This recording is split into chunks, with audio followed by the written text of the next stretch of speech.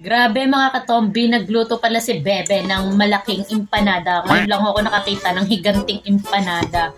Garni pala magluto ang mga Ilocahan na higante. Tingnan ninyo.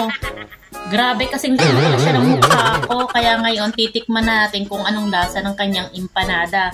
So ito meron tayong sausawan. Tikman ko kung gaano kasarap ang empanada ng Ilocana.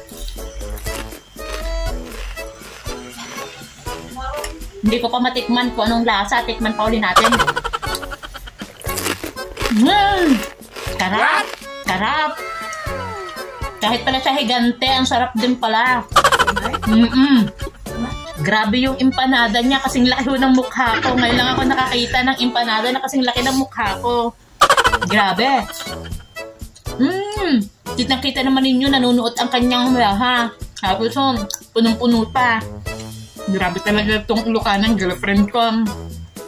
First time ko pala magmukbang ng higanting empanada.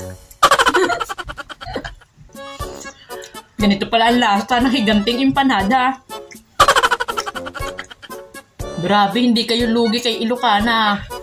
Salamat sa Diyos, siya ang binigay sa akin. Kasi first time ko po talaga makatikim ng higanting empanada.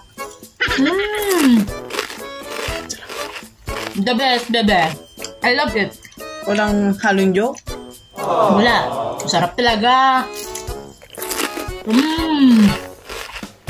Agad? Good.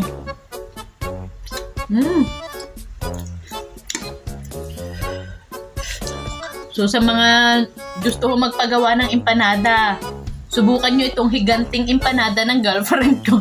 Bye!